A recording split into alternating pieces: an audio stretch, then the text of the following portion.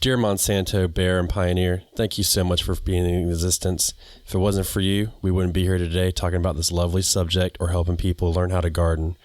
Today, GMOs on the Backyard Gardens podcast. To have a good harvest, one must plant good seeds and must also use the right kind of fertilizer. The carrots have grown large and firm. How good they will taste. Welcome to the Backyard Gardens podcast, where we talk about all things gardening and give the information out for you to be successful in your garden, whether it's your first or your last. We are your hosts, Ben, the backyard gardener, and Batavia, the front yard gardener. one in the country, One in the city. Now get ready as we dig deep into this wonderful world of gardening, as we learn to grow and grow for change. I am so ready to talk about this. Are you? If there is a subject that is ripe for rants, it is this one.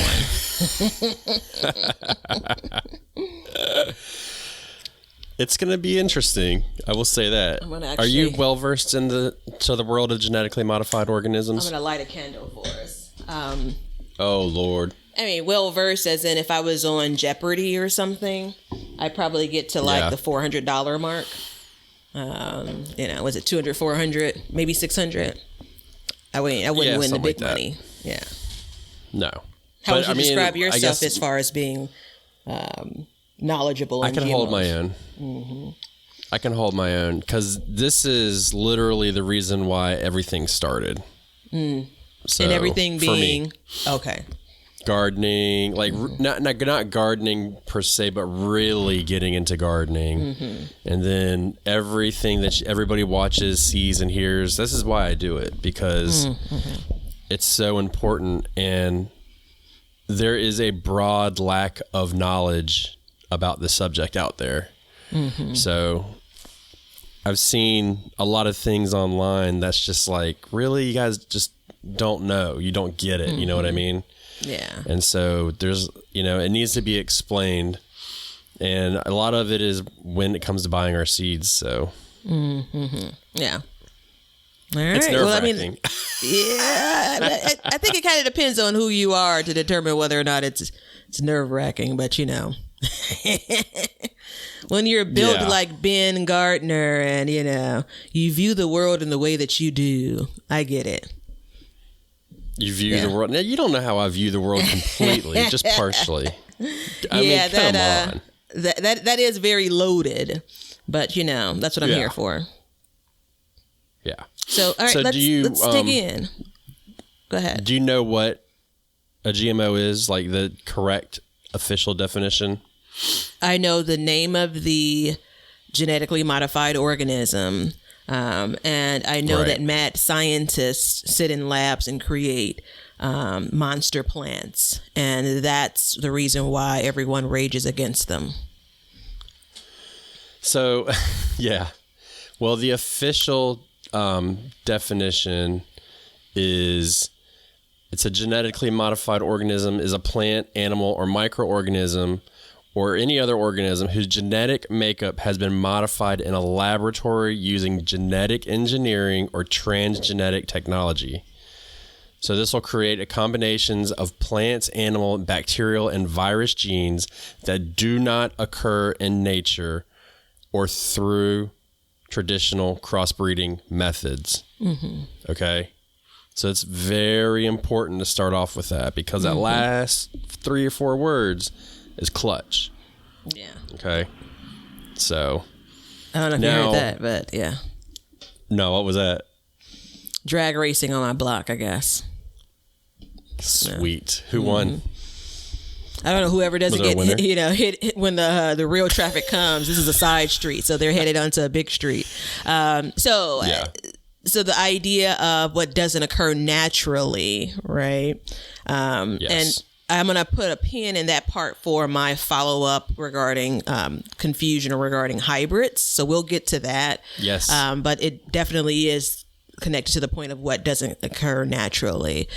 So why do you think that there is so much anger around GMO? Well, the first question needs to be asked is, do you think that they're good or bad? No, the first question we're asking is the one that I asked. But that's the question that needs to be answered first. So it's different for everybody. Some people do not care. I think it's even a question before that then. We're just going to pose a bunch of questions. The question before that is the need for them, right? Is this really needed in society? And as far as I understand, and you'll tell me if I'm wrong, I'm sure. I will. The government explanation is around kind of trying to meet the need when it comes to producing food. Right? Is that true? Is that the way you view it? Well, it's not. It has nothing to do with the government. The government didn't create.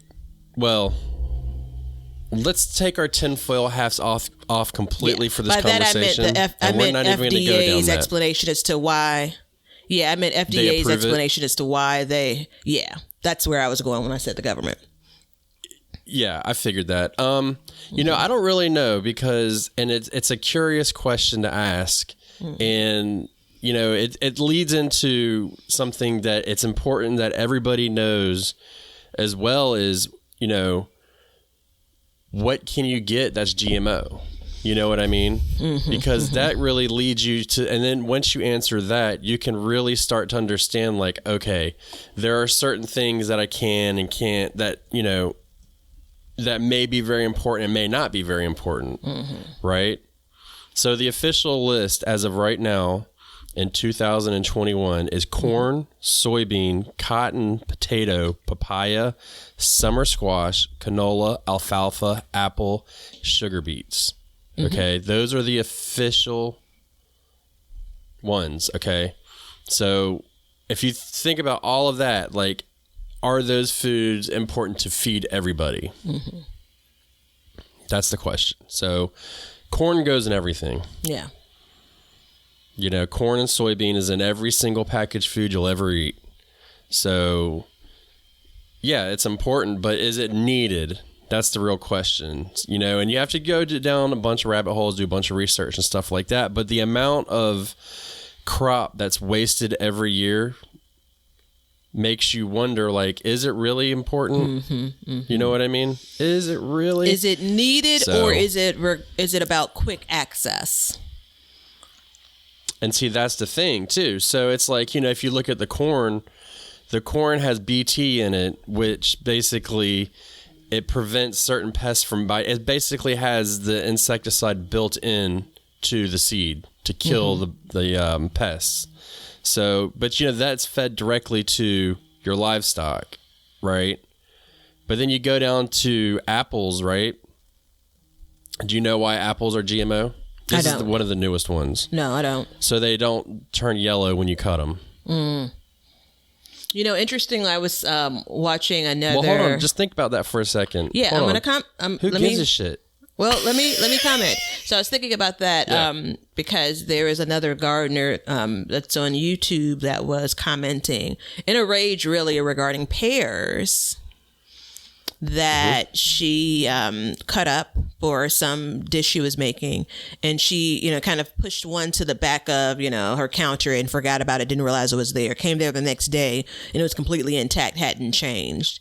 So the question was, what are they doing to our food? I mean, and it's aesthetic, right? Which also kind of feeds into the question around, do we need it just sooner? Is this about pleasing the people? So same idea. I'm going to pull this back around, but same idea when it comes to, you've heard of companies that sell ugly produce, because we don't want an ugly apple. We don't want, an ugly banana. We want things to look pristine in the grocery stores. Like, I'm going to give them a shout out. Misfit Market's one of them. That's one of the bigger ones, and they are expanding fast, but they completely sell that stuff. Yeah. Imperfect Produce is one that I've actually ordered from over the years. Oh, have you? It's not that ugly, but anyway, so if that is an explanation, you know why it's not ugly? Because all of our produce that we grow look like that. Good point. The question was still, is it needed? I don't know that you and I can kind of answer for the people, because it's here. Yeah, you can't answer for everybody, and it is here. And, I'll tell you what set me off on all this is last year, there's a place, I think it's don't quote me on the name, like Miami Fruit or Food or something like that. It's a company in Miami, a farm or something, and they grow these wild looking fruits. Wild. Had like 20, 30,000 likes, right? And I don't remember what it was, but I remember looking at it, I'm like, damn, this thing's crazy. And I went down to the comments. Out of 1,000 comments, I guarantee you 950 of them were GMO, GMO, GMO, GMO, GMO, GMO, GMO, all the way down, just GMO. And it was like, no, that's not GMO. That's what your food looked like before anybody got a hold of it. But we're so trained to think of something that way that they're like, well, what the hell? And I mean, it was just some like, it was some kind of fruit that either we don't grow here and they were able to, because, if you go to other parts of the world, here some in of the the U.S., fruits, you like, mean, in the U.S., here in the U.S., So, and but everybody was screaming GMO, and I went on there and I was like, no, I've had enough. Yeah. So I started commenting to give this whole long thing. I got on my high horse like a fucking asshole. And, I was like, this isn't GMO, blah, blah, blah. And the thing is everybody's so concerned about looking at something and being like, well, that's GMO. And they don't understand what that means.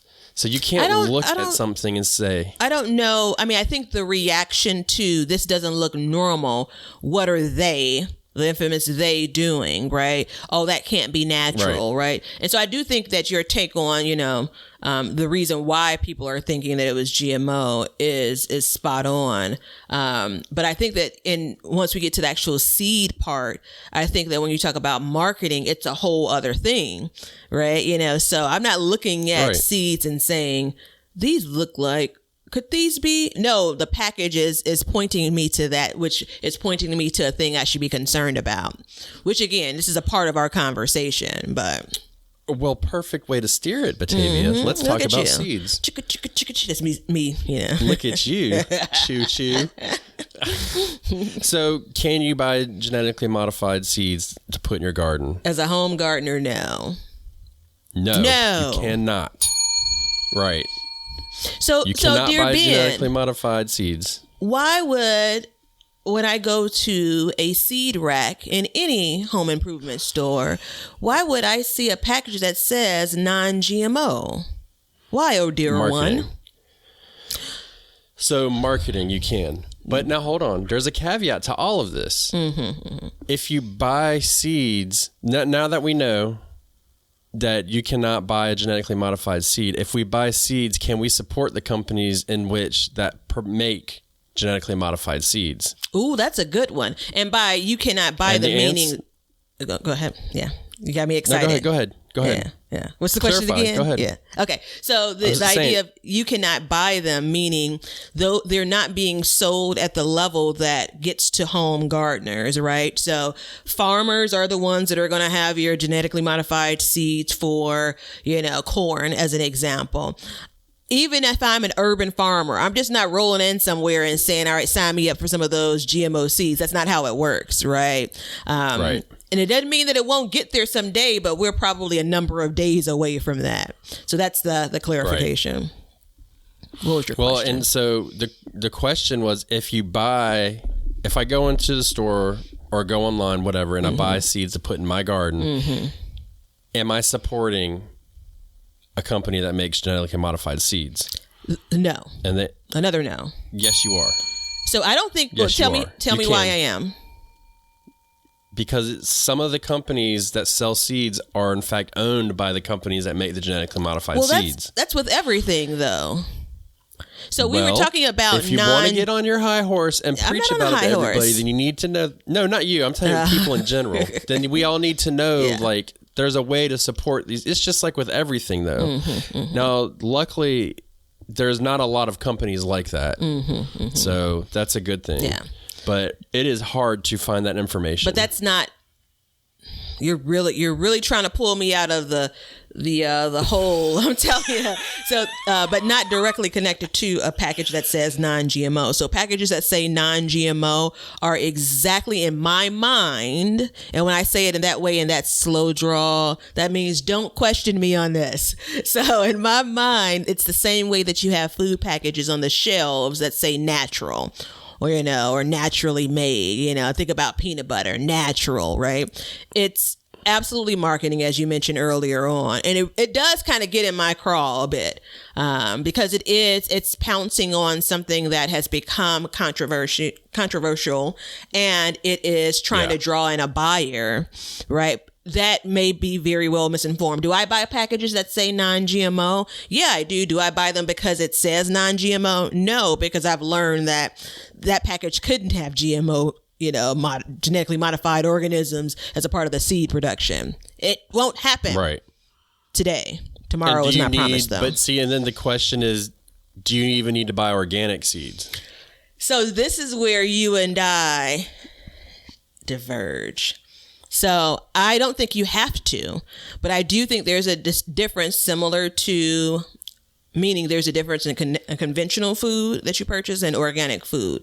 The difference in the seeds isn't as overt, but I think this ties back into the ways you can support companies. So I lean towards organic seeds from organic companies, organic certified companies. My guess is that if it's on the package, they've been certified. Do I need to? No. Can I still produce food without that label? Absolutely. Your question. So what is the point in buying an organic seed, though? So as a part of organic seeds, those farms or where those sellers get those seeds from use organic practices, and it's a way to continue to support that industry, if you will. I'm using that loosely. So let's break that down even farther. Does that affect your seed quality? Oh, you did? Go ahead. No. It's a good segue. Does it affect the seed quality? Right. If it's not organic or not. No, I don't think it does. You know, as a non-expert. No, it does not. It's not a better seed than the one that has the non-GMO labeled but not organic label seed, right? Yeah. I mean, that's the crazy part, though, is like it's ingrained in our minds, though, through marketing, that if it's organic, it's automatically better. Right? It's just, and really what it is it's organic, but it's organic with a cost because you have to pay for that label. You have to pay for the right to use that label. You have to pay for it. And it shows in the price of the seeds, right? Yeah, it does. And the thing is, though, is it for the seed, like whatever the seed was grown like before, doesn't matter once you get it. It's the way you grow it. Now, I'm not saying don't buy organic seeds. Yeah, I'm not going to say that blanketly. But hey, here's a trick. Buy organic seeds and then spray a bunch of pesticides on it. You've defeated the purpose of you buying the organic seed if you're buying it thinking you're going to have a healthier crop, right? Another version of people do that. Absolutely. Another version I know somebody who does that. And it's because you get to the point in some cases where it's like, well, shit, like, this thing is under attack. What do I do? Right. But the other point I wanted to make, and I think it's still, I've studied this a little bit. I think it's still a bit of controversy around it as well. Organic doesn't mean no chemicals. Like that's the connection we make to it. Like there's nothing it's completely from nature. They planted the seed, they watched it grow, it went to seed, and then here are the seeds in my package. Or the same thing with organic fruit that you may buy or vegetables and so on. Their organic practices is the way that I describe them.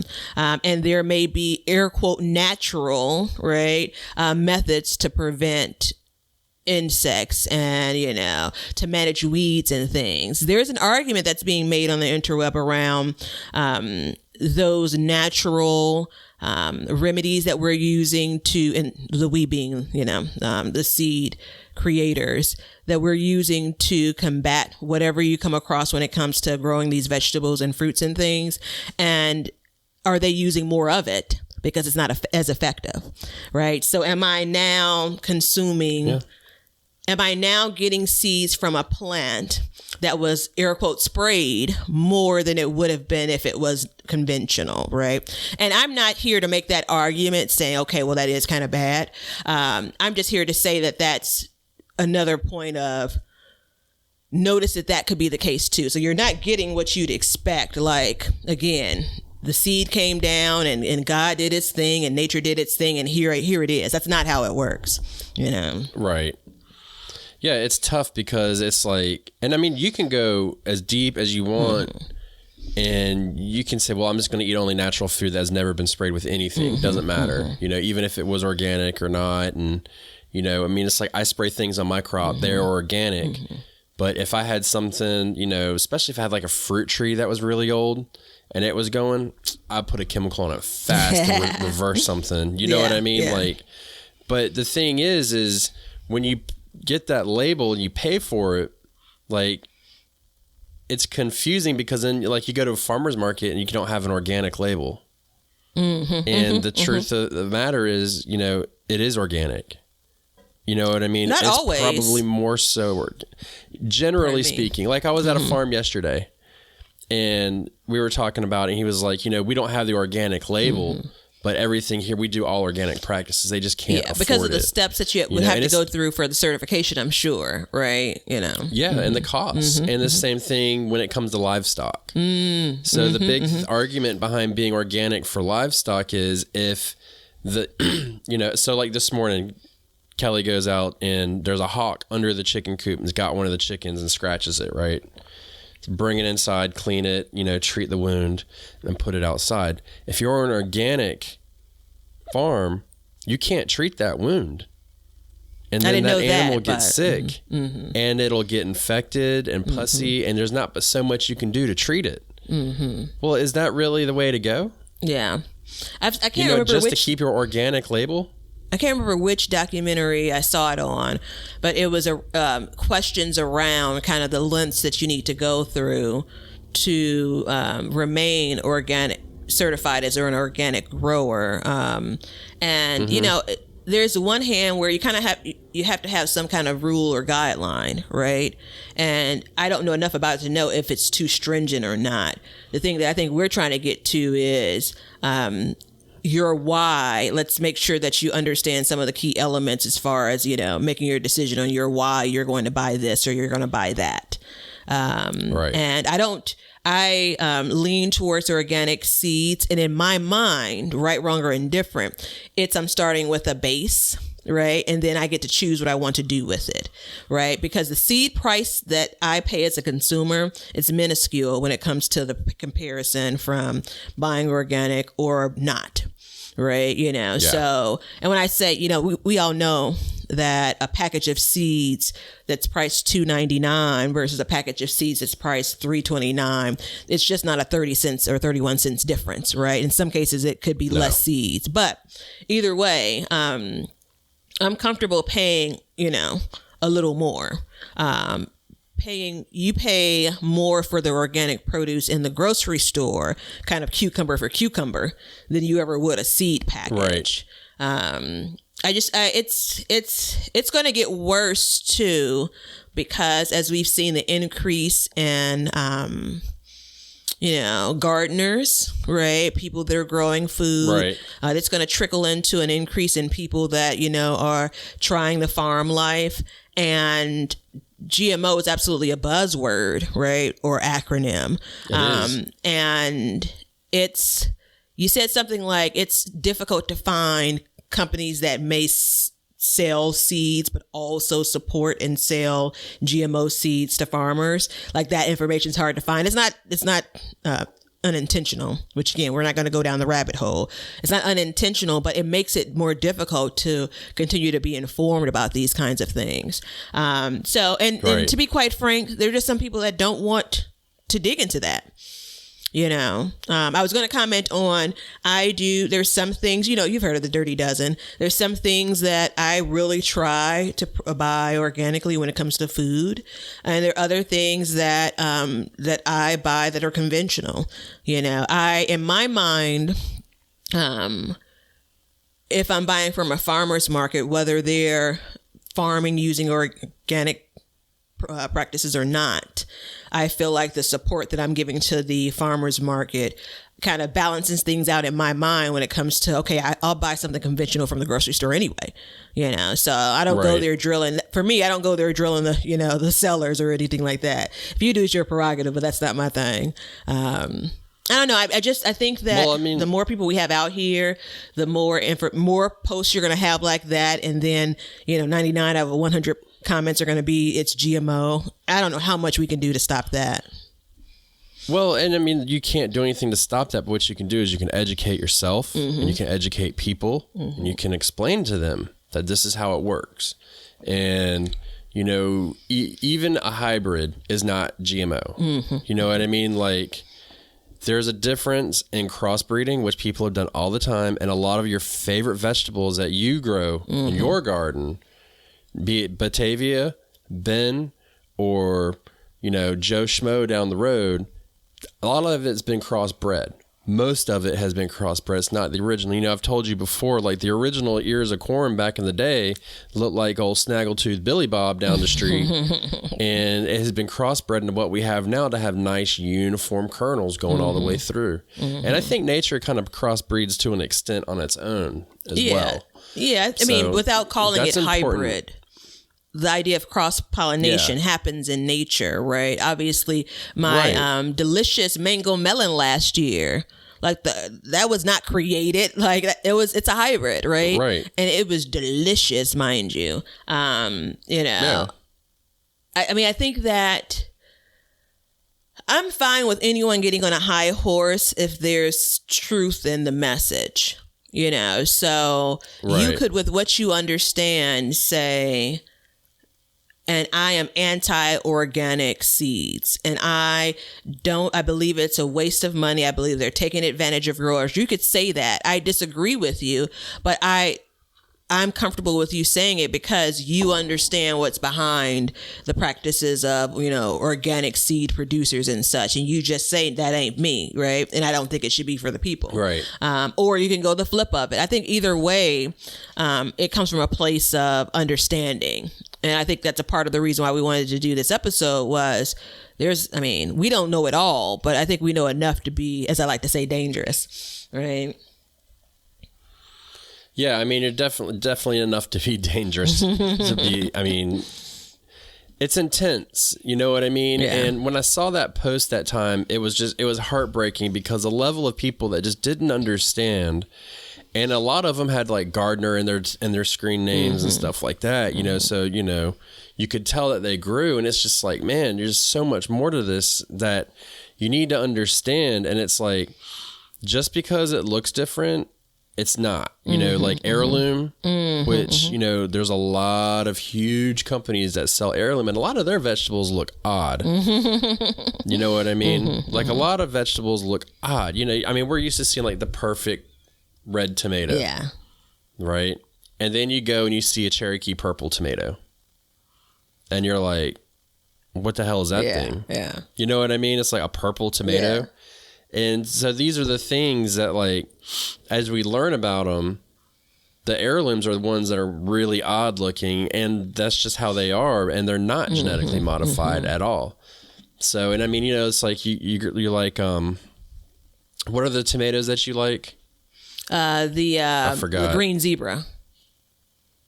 What else? The odd ones, cherry tomatoes. I did a brandywine tomato. Just in general. Oh. Don't you grow like early girls? Oh, yeah. I do early girls, yeah. And Better Boy? Not religiously, but and Big Boy? I do stand by early girls, which is a hybrid. Yeah. It is a hybrid. And you know what else it is? What else is it? It's a hybrid who is owned by Seminus or Monsanto. Oh, damn it. Damn you. See what I'm saying? But see, so this is the thing, though. This is... No, well, hold on. This is the thing. This is where they get that specific seed from them, but then that's it. So the question is, if I buy from this company and I don't buy that seed, am I supporting Monsanto? Right? You are. And for the record, it's not Monsanto anymore. They changed their name to Bayer. Of course they did. Like the aspirin, which is a sign of somebody with some fuckery going on because they're trying to hide. So, yeah, but I think that it has to go down to how important is it to you? right? I think that's your core question in the back of your mind, because the list, and just because the list would be long of people that you wouldn't be buying for or doing business for, doesn't mean that you should continue to work with them, because the list is long and now it's difficult to find things. It goes back to how important is it. So if it's really important to you, do some tinkering around on the interweb. You can find what you're looking for when it comes to that. I was talking because I could tell you were searching something. I imagine it was just what you pulled up. And like the information. I sent myself a website and I sent myself the wrong website. I was trying to find the right website. Yeah. I did that literally when I was pulling my phone back up. I did the exact same thing. Like I sent myself a list and I'm like, I can't read this list. It wants me to log into my Apple. Like, come on, who knows that password? But I think I wanted to go back though to let's get a little bit more philosophical. Okay. So when it comes to at the onset of the conversation, we talked about like the GMO and people seeing this thing that doesn't look natural to them, and they think immediately it's GMO, and whether or not GMO foods and things are good or bad. Right. I hate when you do this to me, so I'm not going to do it to you. But I'm going to pose the question, like, why do you think people have fear around GMO? So I'm going to answer the question. For me, I believe it is the unknown. I've heard people say, we don't know what that's going to do to us, right? We lean a lot on history. We lean a lot on it's been this way for a period of time. These things have looked this way. We used to, there's this place near me that, did like, kind of fish and chicken and ribs, like a barbecue shack.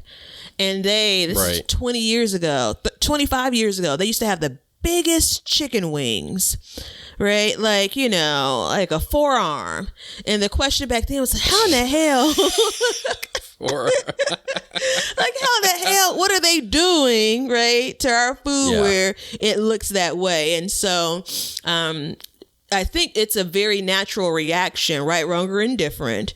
Like, I don't know. And so then I either fear it and I act in that way, or I demonize it, right? And I'm not pro GMO. Don't get it twisted, right?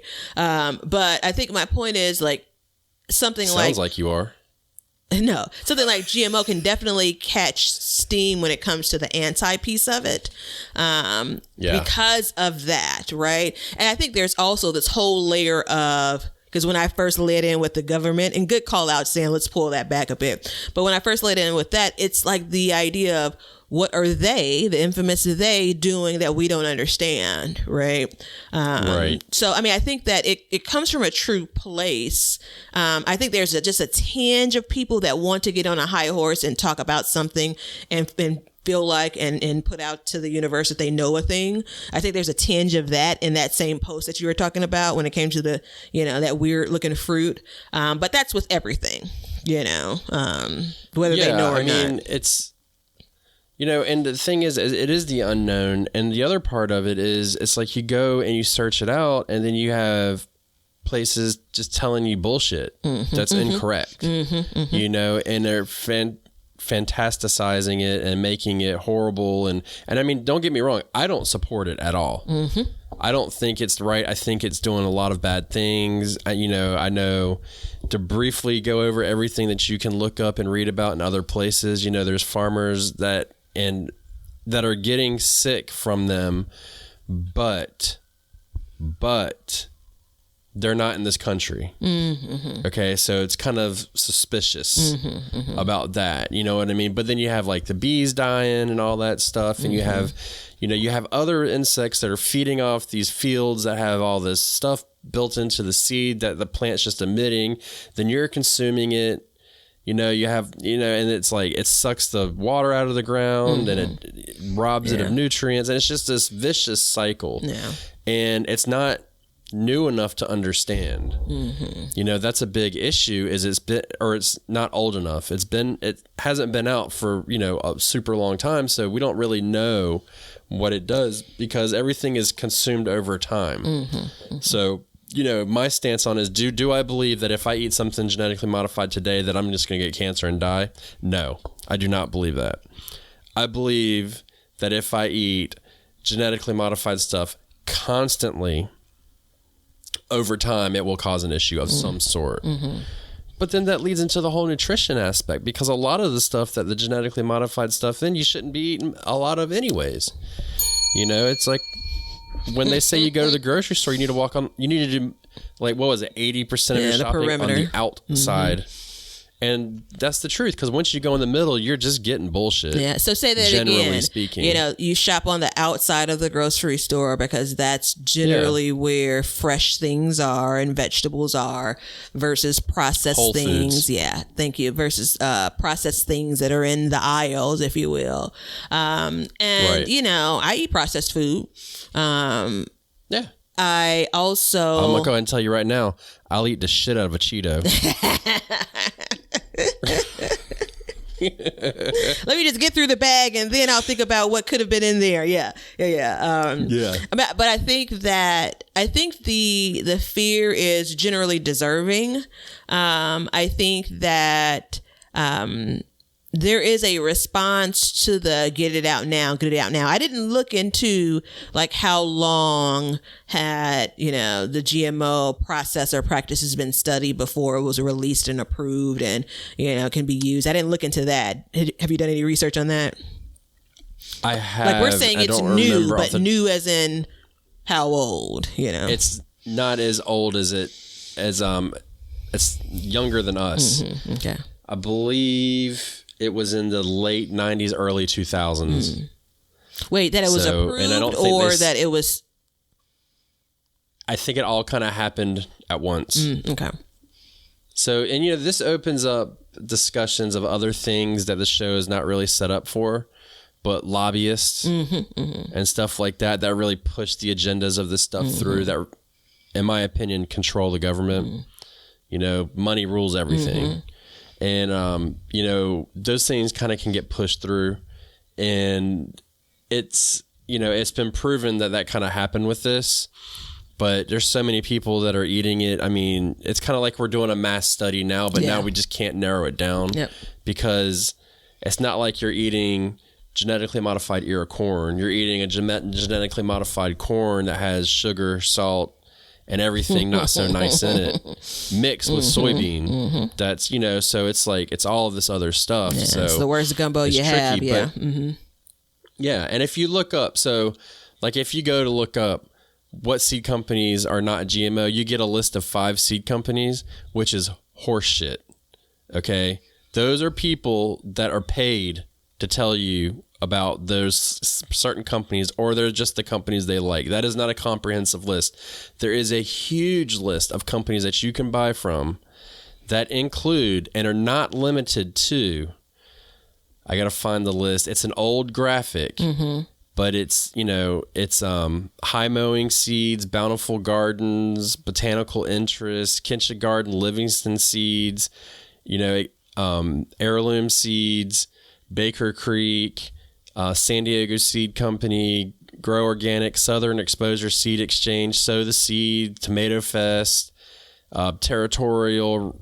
There's a lot of seed companies I've never even heard of that are on here. I've heard about a half of them, and about a third of the ones I've heard of, I know them to also be certified organic sellers. Right. You know, so. And I mean, if that's what they want to do, that's fine. But there's, you know, and the list goes on and on. There's like 50 or so that you can look at. But so when you go to look it up, you're like, well, I didn't see anything. You know, I only saw these 3 or 4 companies. That's why, you know, like San Diego Seed Company is definitely not GMO, but they're a new company in the game. Yeah. So they're not there to have these lists come out. So that's kind of, it's tricky. So it's like, didn't you list them just now though? Didn't you list them on that? Didn't you read them on that? Yeah, because I added it in. Oh, okay. So yeah, I added it in because, well, it's not fair to them. Yeah. You know what I mean? It's not fair because you're a new company that nobody knows who you are. That, you know, because you go on these lists and you see, you know, again, it's just so few. And it's like, really? That's all I could buy? Like, that would make me panic if I didn't know any better. Yeah, there's like a whole GMO pledge that that seed companies can take.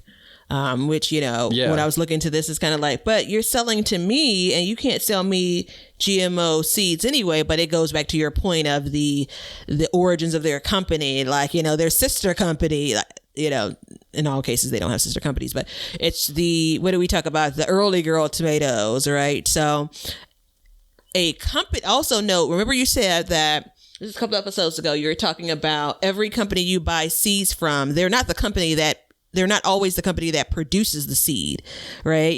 So right. Early girl seeds can be bought at a number of different places, but you're when you talk about who owns the company that, what was the company name?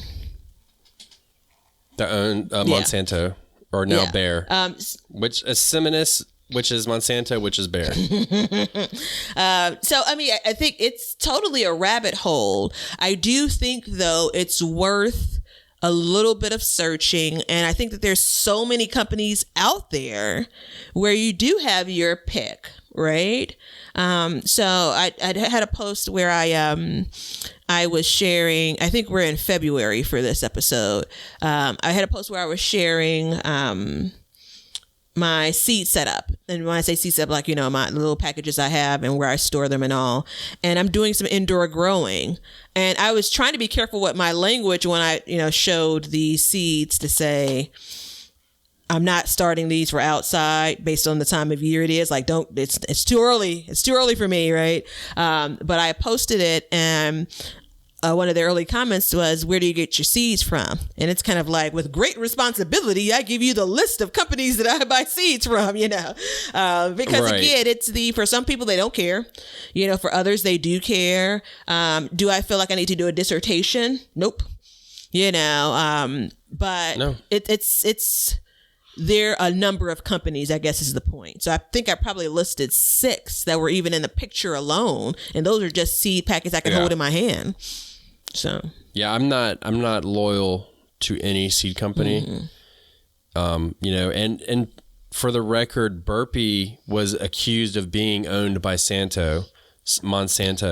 Yeah. And they actually came out and they were like, no, we are not. Mm-hmm.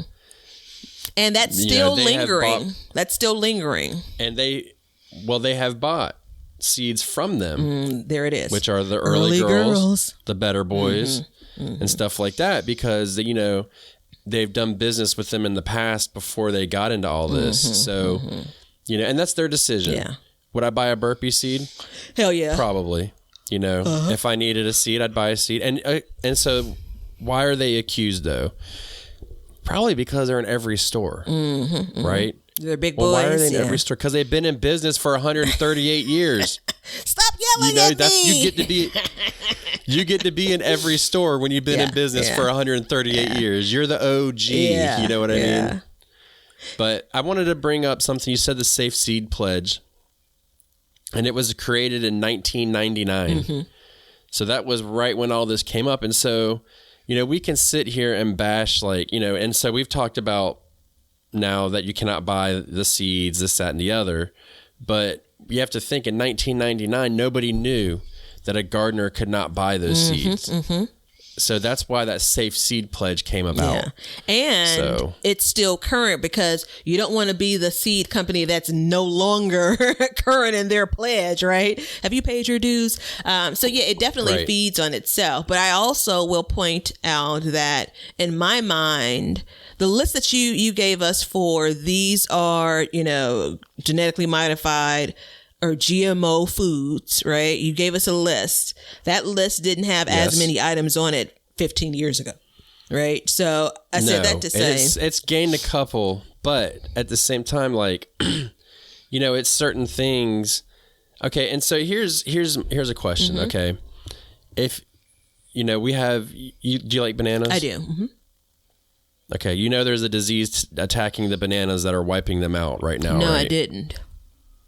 Yeah, so it will be a matter of time. I don't know how long it's going to be, okay? But there is a disease, and it will wipe out the banana as we know it. There will be no more banana. It will be a different kind of banana possibly, but there will not be no banana as we know it eventually.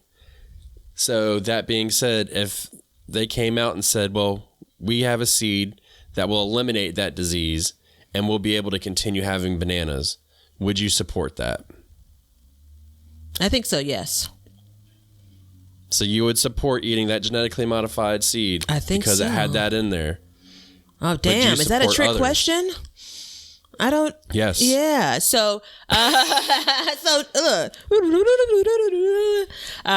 convenience, right? So the idea of I can buy things that don't have GMO roots, and so that means I'm outraged by, not a direct line, but I can be outraged by things that have GMO roots. Get it? Roots. If there comes a time, I get it. Yeah, if there comes a time where that thing isn't available, I don't have that alternative. I am curious how many true yeahs we'll get. I'm selfishly saying I could live without bananas, I'm eating a bunch of oranges now. Well, insert any vegetable. I get you. Your favorite potatoes. No more potatoes ever again. Would you support that being genetically modified? I don't think I could in my lifetime, because I think the idea is, all right, let's say the potato is on its way to being extinct, which is just rude to even bring up as an example. If it's on its way to be but I knew it would hit close to home. Yeah, I know. There are moments when I eat potatoes and I just think I just don't understand why it's so good. Anyway, it's on its way, and so now the scientists are in the lab in true form, or the researchers, I'd probably say, to start with, and the starting point is now. That means in my lifetime, they would likely have this new crop of potatoes, but it goes back to how many decades have they really studied, and how many decades have we seen the potential impacts. And I'm still thinking that as I turn 70, that new version of potatoes may still be too new. I don't know though.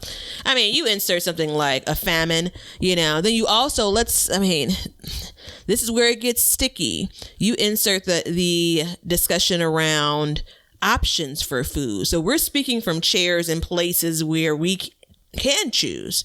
Not even talking about where we buy seeds, but where we get food from.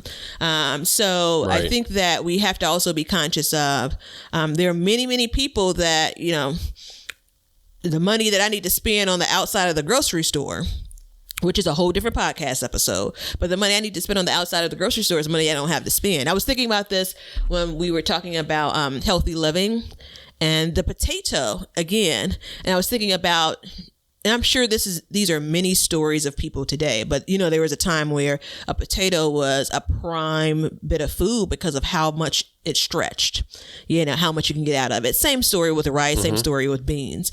So I think that the also unfortunate part is those are the foods that are first put up when it comes to let's add this one to the list, the ones that the majority of people consume. Going back to GMO and kind of the products that we have that, have GMO associated with it are the ones that are the cheapest, are the ones that, so go ahead. No, you're in full interruption. It's okay.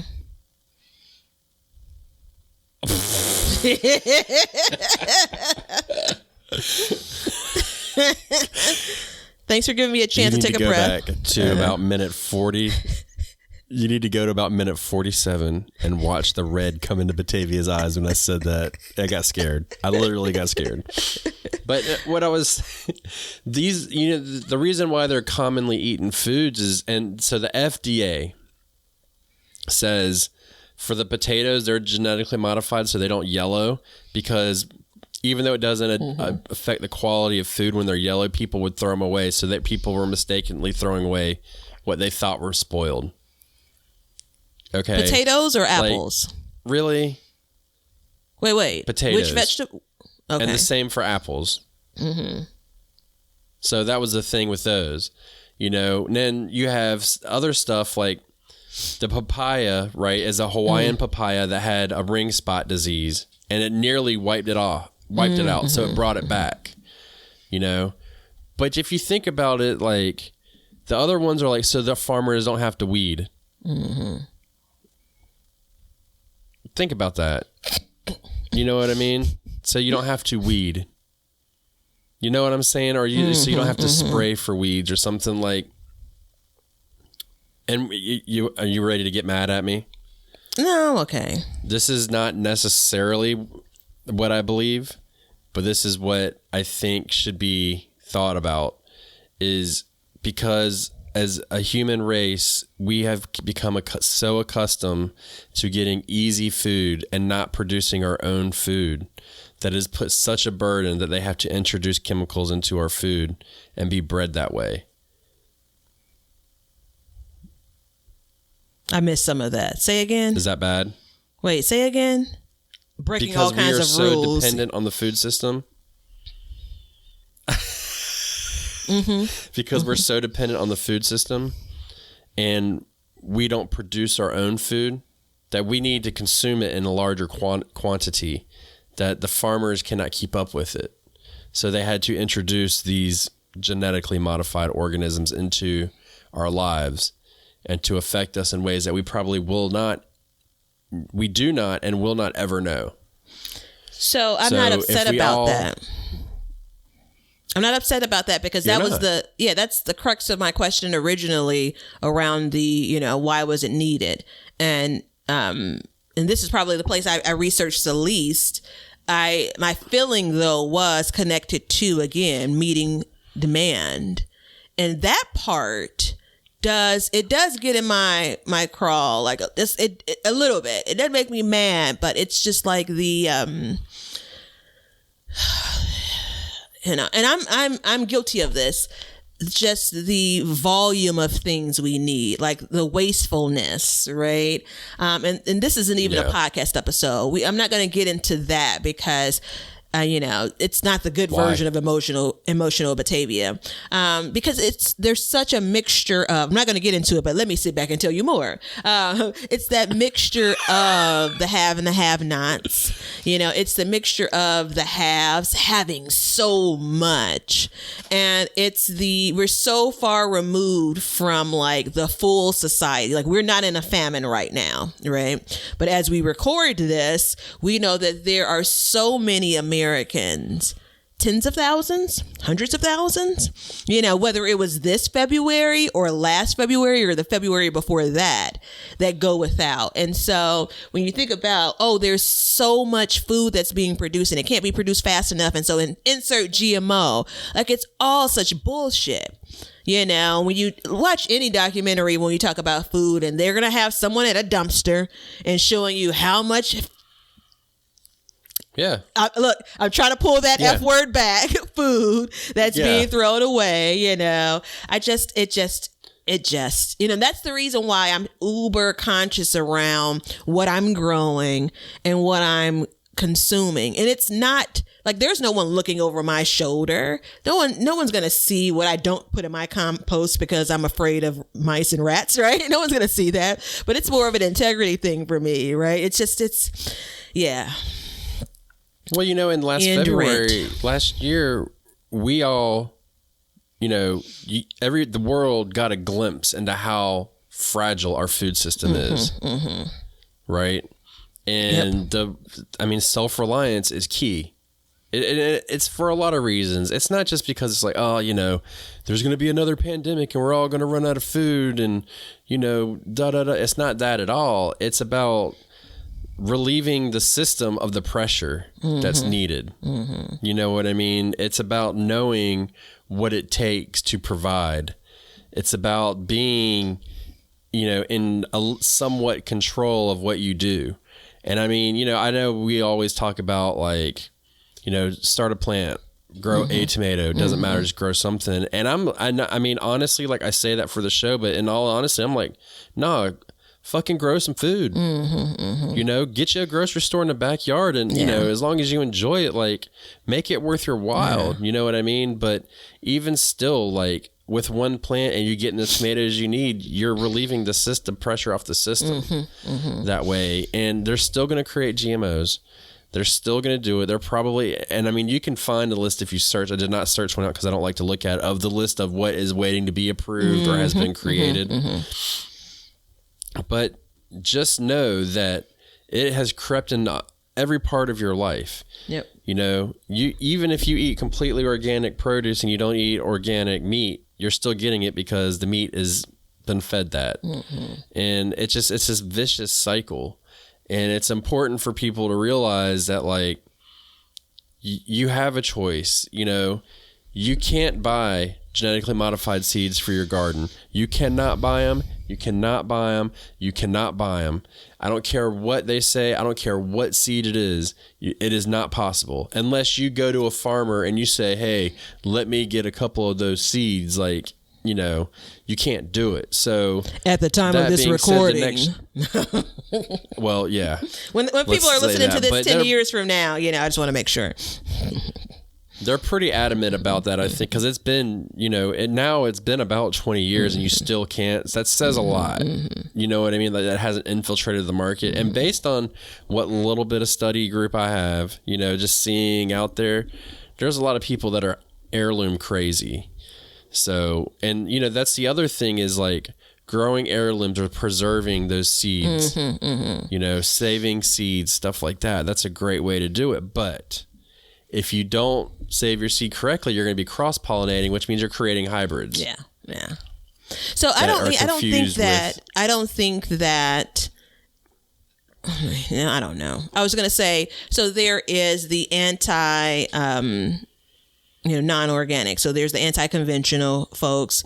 There's the anti-GMO folks. There's the anti-hybrid folks. Like, and in some cases, there's one person that feels that strongly about all of those things. In other cases, it's to the point we made earlier.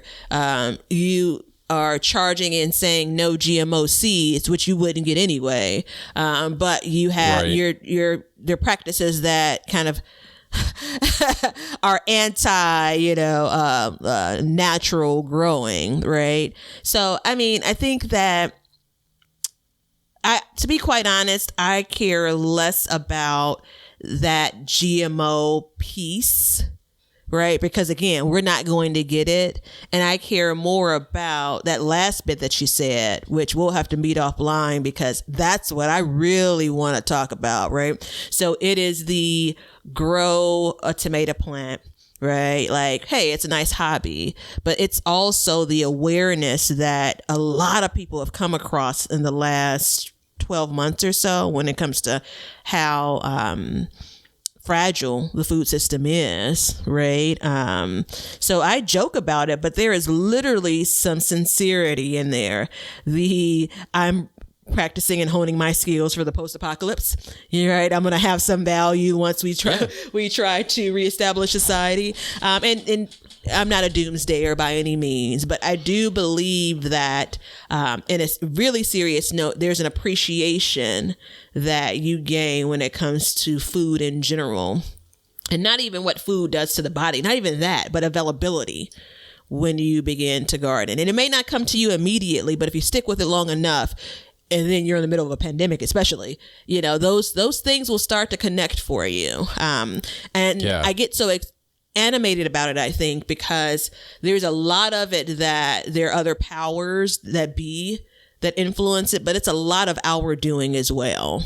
So our as, John Q and Jane Q, so.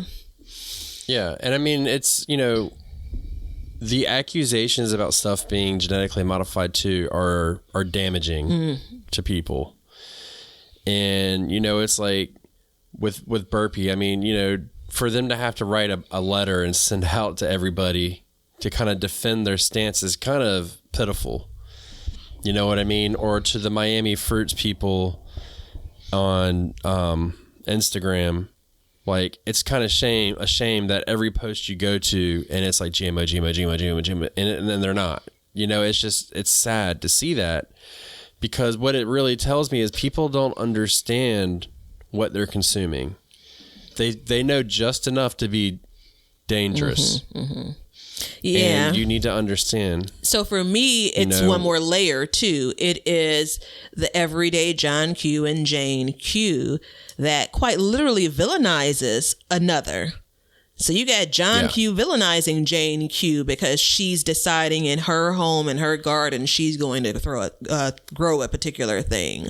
Purchase seeds from a company like Burpee, right? Not at all a sponsor, but yeah. There's a lot of minding of other people's business that happens, right? Well, and that's the other thing too. And, and it's like you can go on anywhere and it's like you said, the anti-GMO, the anti-hybrid people. And it's like, well, what the fuck are you not going to be anti about? Everybody's anti something. Everybody in the world is anti about something, be it something about your food, something about your life, something, whatever. Everybody is. So, it's like pick your battles. But at the same time, like if you're going to go out there and scream that stuff, you need to know what you're talking about. Bring it back home. You need to know exactly what you're talking about. And you need to not be an ass and make yourself look like a fool going out there, because you're just spreading boo-boo information and boo-boo turns to doo-doo. And then you're just spreading it around and people don't get it, And it's if I read it, if I go into a post and I'm uninformed, right? And we've all been uninformed about many things, and then we became informed. And there's a bunch of shit that I still don't know, right? But if I'm uninformed and I go into a post and I see comment after comment after comment, I'm influenced by that, right? Like there's still that part of me that's like, well, I mean, it must be true. I may not say it out loud, and it may be unconscious, but that's a company that I'm not looking at their page, or, do I unfollow them? And that goes back to the part of not only are you hurting, there's the amount I care about some businesses is a different question, but, it's now you've misinformed me, right? And I think that some people are really doing it from a good place, right? And others, just like, what did they say about an opinion? Just like assholes. Everybody's got one. Yeah, that's the damn truth. So, I mean, it's a tough call. You know what I mean? But it's really disheartening to see that. And it's, know what you're growing, and the problem is when you go and you see the seed packets that say non-GMO on them, it throws confusion in there. Yeah, it throws a monkey wrench in it. So, and then you start thinking, well, that one says non-GMO, but this one doesn't. This one doesn't. And it's like they have corn that you can buy that's treated to prevent something.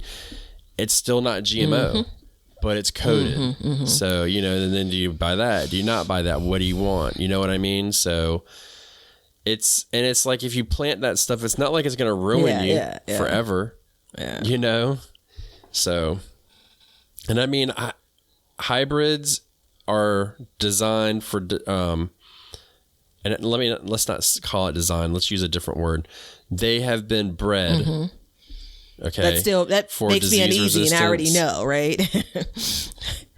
What, that they've been bred? I think that the term bred makes me think, but yeah. Go ahead. Yeah.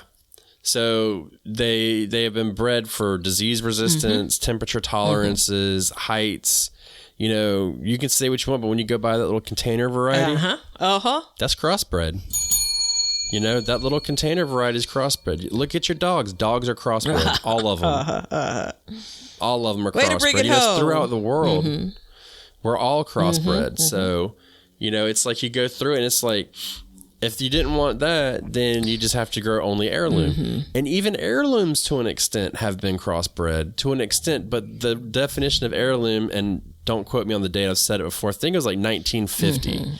Any seed from before 1950 is heirloom. Every time you say that, I think 1951, then I think, does it really matter? We get the point. But even with heirlooms, it might be 1950. I think it is 1951, but I don't know. Even with heirlooms, though, you run into that. Okay, so is this resistant to insert problem I have in my garden, right? So am I going to grow the hybrid that I'm going to have a better chance getting more fruit off of, or am I going to grow the heirloom that may struggle with, again, insert plant bug or species that attacks that particular variety? Well, heirlooms are notoriously harder to grow for that specific reason. Yeah. So, that's the thing so it's exactly, what are you comfortable with? Like, do you really want to fight something all the time? How important is it to you? How important is it? And is it a big deal? Is crossbreeding a big deal? No, because all it is if I have, 2 heirloom Roma tomatoes and one of them grows up shorter than the other one, and then I take the pollen from that one, mix it with the other one, and just do that over time, I'm crossbreeding. That's all that is. It's like, oh, this one's a little bit shorter. Let's do that, So I was looking up. That's my stance on it. Yeah, I was looking up. I see you over there looking something up. Yeah, I think I left the catalog downstairs. I was thumbing through a seed catalog this past weekend, and I saw a tomato that was like, the look of it, which is again, it's I'm interested in the look of that tomato, and it was quite clearly described as a hybrid, and it was a combination of green zebra and something else, but it was a red tomato, and I was like, "Ooh, I want it!" Right? And it's like I'm not anti-hybrid. I'm fine with hybrids, and it's just, again, it's the person wants what they want, and in some cases you can toss out whatever those beliefs are. Again, if it's something you really want, and or it's more convenient. So I don't know. I mean, I'm going to live to fight another day, and I'm not going to fight hybrids.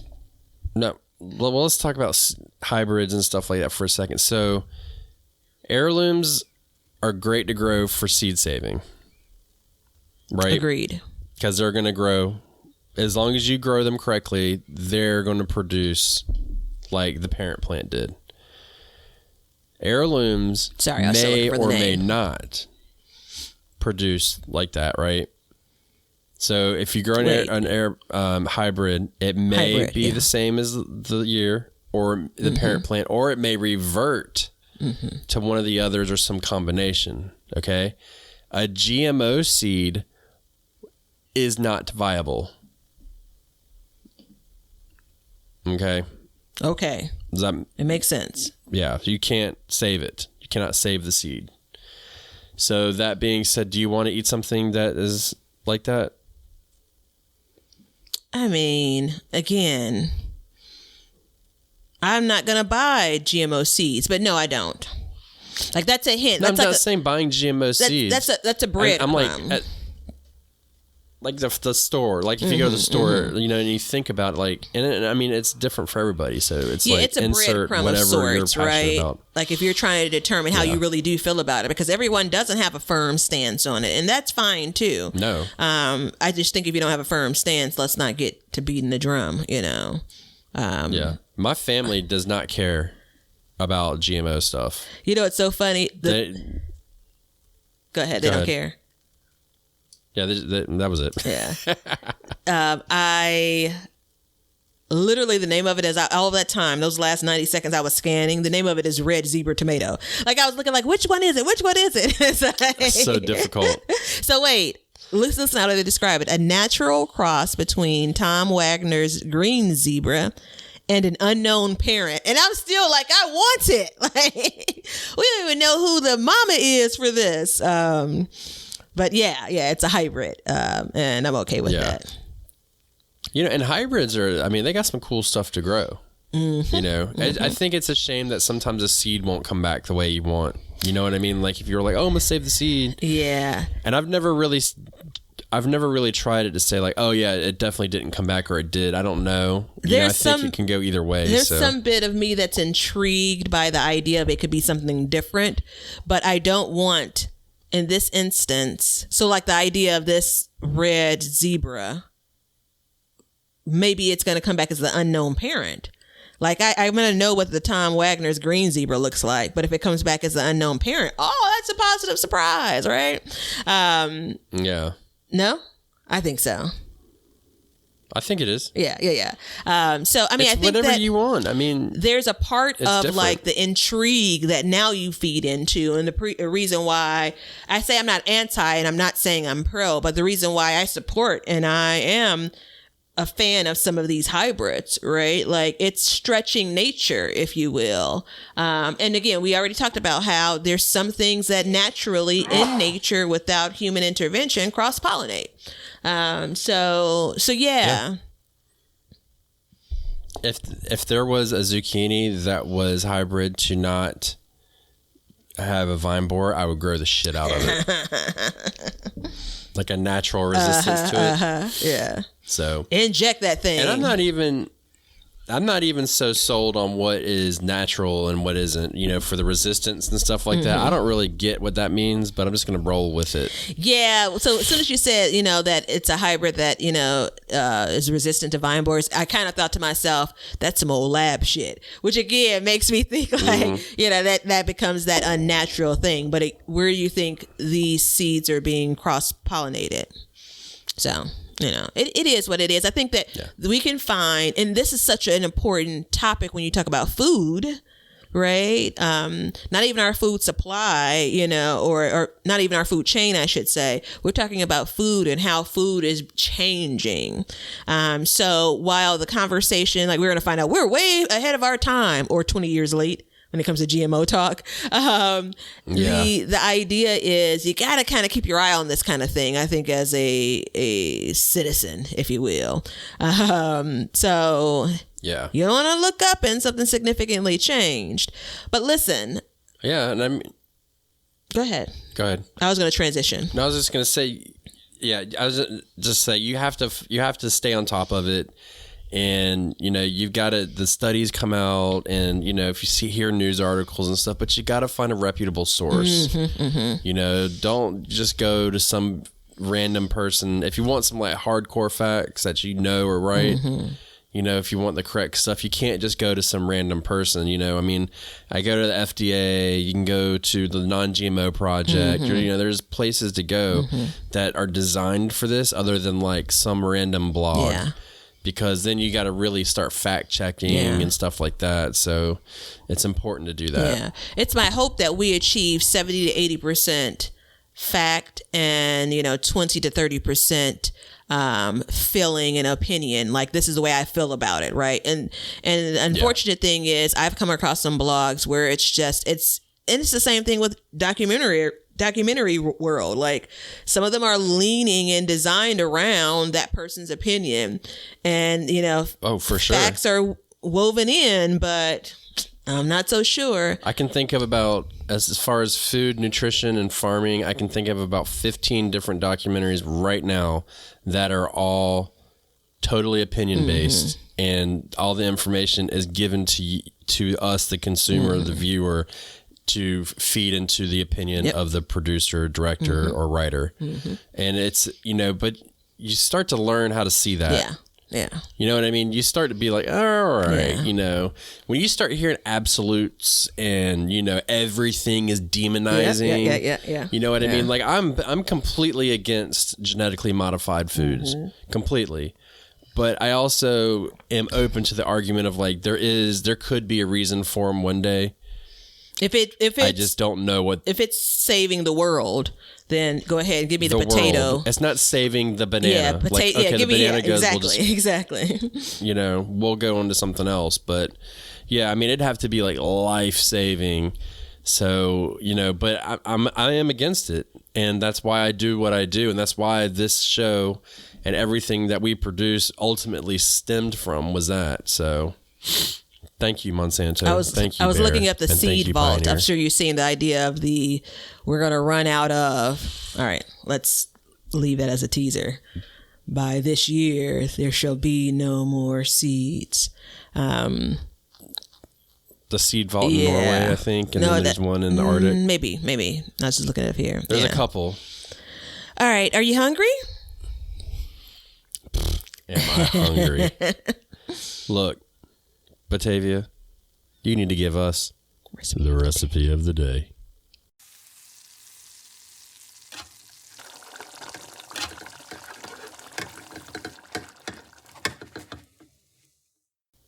All right, good people. This is a favorite of mine, and it is my hope that at least one of you are going to love it, because it may not be a fan favorite. Stick with me, And Ben, just, I'll let you know you can go back on. So this is a breakfast sandwich of sorts. And I don't say it as often because we don't talk about growing beans as often, but I'm a bean lover. And what kind of bean? Bean. B-E-A-N. What kind of bean? Oh, like all of them. But this recipe is going to have pinto beans in it.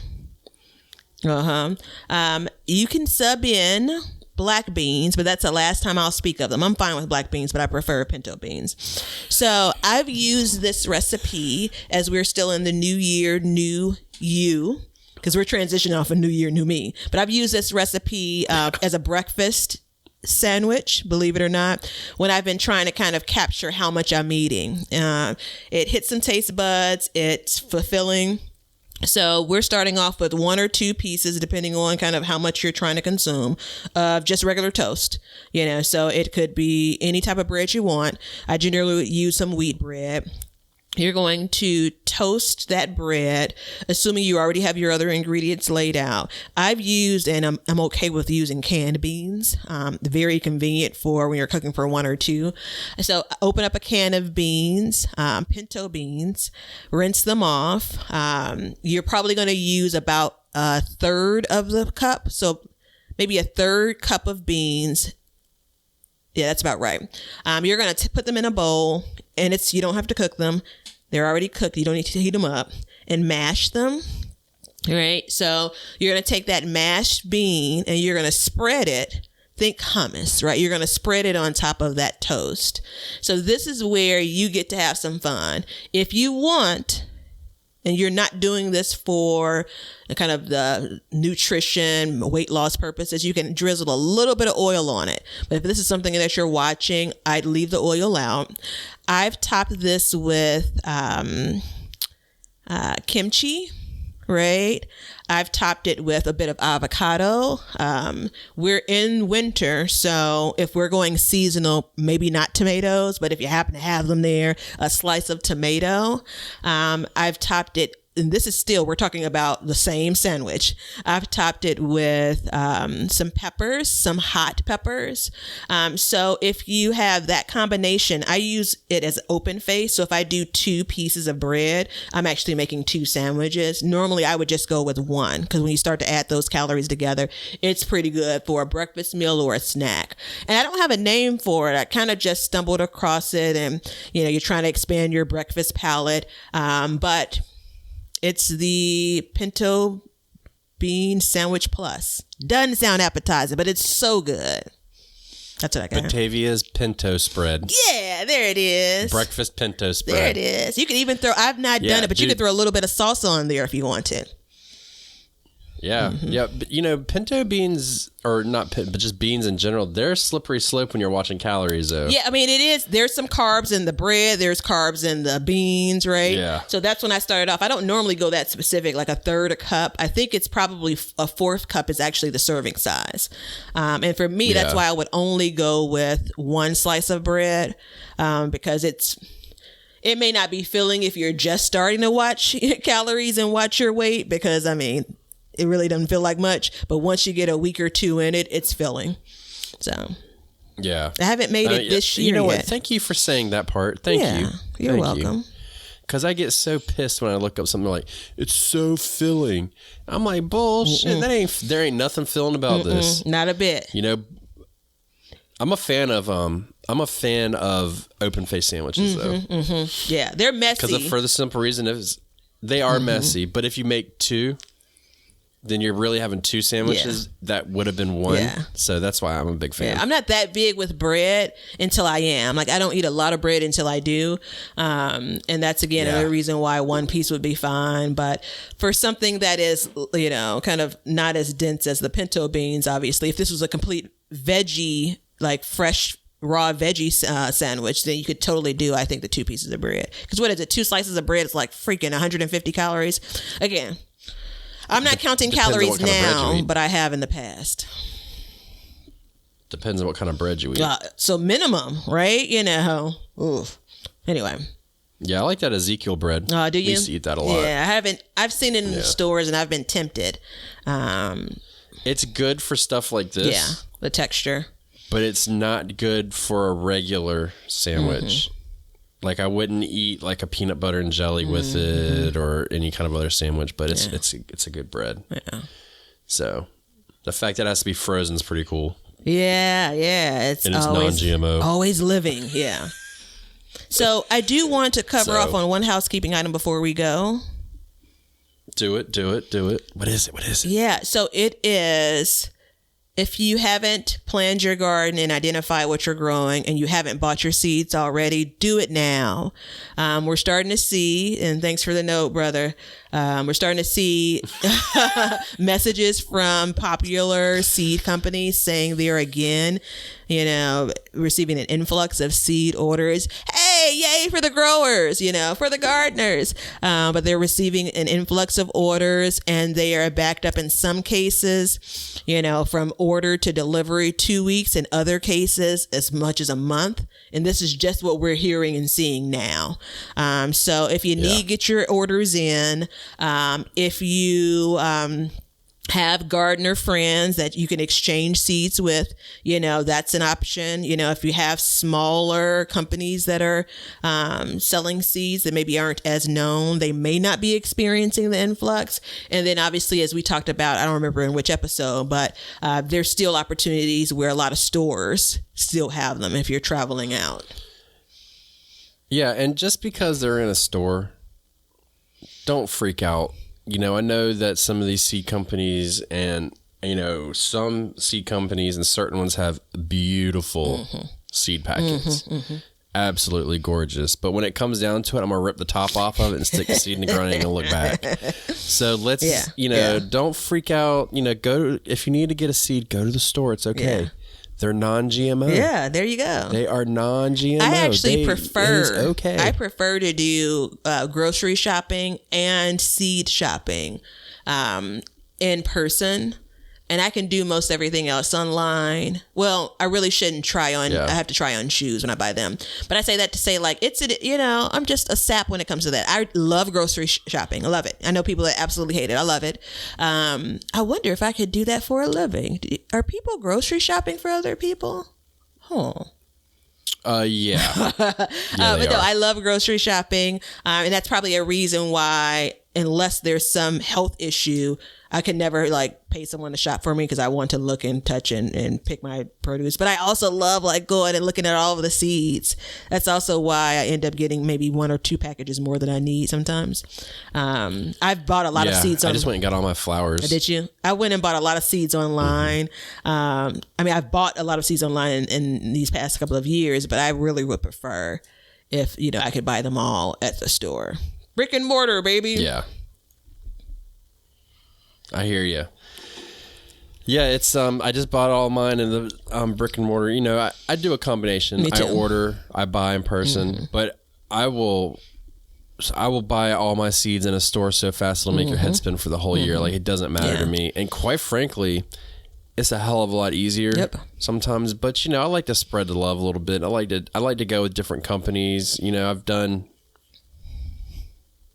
a lot of companies at this point. So. The only reason why I don't buy them all in person is just because, again, it's variety. And then once you get to the point of things you want to grow aren't in the stores, then that's when I start spreading the love around, spreading the dollar around. So yep, exactly. And that's my housekeeping item. Well, good. And mine is leave us a review, please. It helps us. We love you guys. We hope that you got a lot out of this. Hope we didn't ruffle too many feathers. Educate yourself about genetically modified. Educate yourself about the word organic and what does it mean to you. I think that's the important part. And just know, no matter what, the Backyard Gardens crew is always here to support you and your growing needs because we want to learn to grow and grow for change. And until next time, see ya. Thanks for hanging out with us today. If you want to see what we're up to or just stay up to date on all the announcements regarding the show or anything gardening, then you can follow us on Instagram at Backyard Gardens TV. We love seeing what you guys are doing, so use hashtag BYG Podcast in your posts, and we'll be sharing your gardens with the Backyard Gardens community. And check us out on YouTube at Backyard Gardens, where we will post this show, all of our other shows, clips, and then also some gardening tips and just gardening entertainment. And you can see us at our website at backyardgardenstv.com. But that's it for today's show. So help us as we learn to grow and grow for change. And until next time, we'll catch you guys later. We'll call this one a wrap. Now you know why people feel like celebrating at harvest time.